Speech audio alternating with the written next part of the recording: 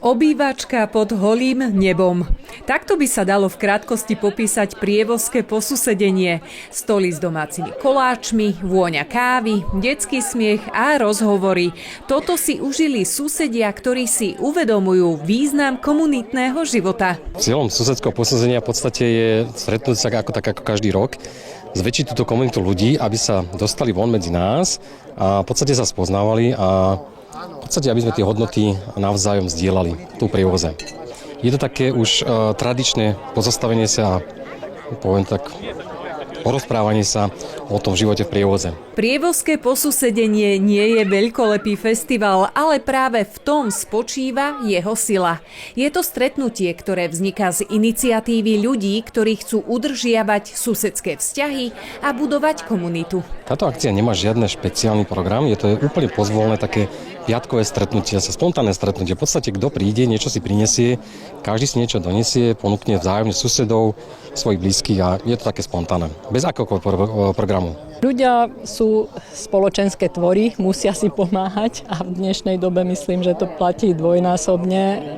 To, čo sa deje všade vo svete a vôbec, tak ako vedie k tomu, že naozaj tá komunita vie asi toho dokázať najviac, pretože to, čo sa globálne deje, asi ťažko ovplyvníme, tak musíme ovplyvňovať aspoň tie veci, ktoré sú bezprostredne v našom okolí a keď niečo môžeme urobiť, tak by sme to mali urobiť a toto je aj taká dobrá príležitosť určite, že sa tu tak stretneme a môžeme sa porozprávať o tom, čo môžeme práve tu v tom našom blízkom okolí urobiť. Keď to tak porovnám, ja som kedysi býval v Petržálke, kde som nepoznal ani susedov, čo bývali o 2 poschodia nižšie a proste tie vzťahy sú tam také, nikto sa s nikým ani vo výťahu moc nebavil a proste keď bol nejaký problém, nedalo sa to vyriešiť a tak.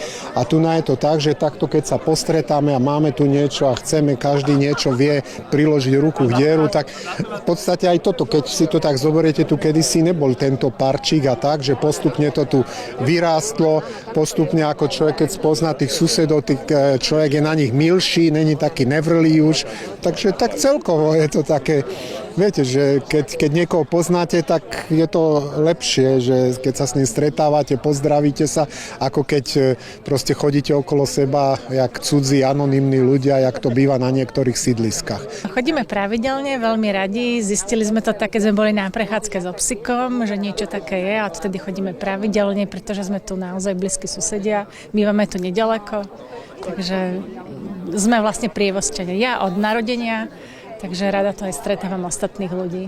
Podujatie ukázalo, že aj jednoduché formáty majú veľký význam. Je o pocite spolupatričnosti, o tom, že niekam patríme a že susedstvo môže byť viac než len adresa. Pre TVR Veronika Vasilková.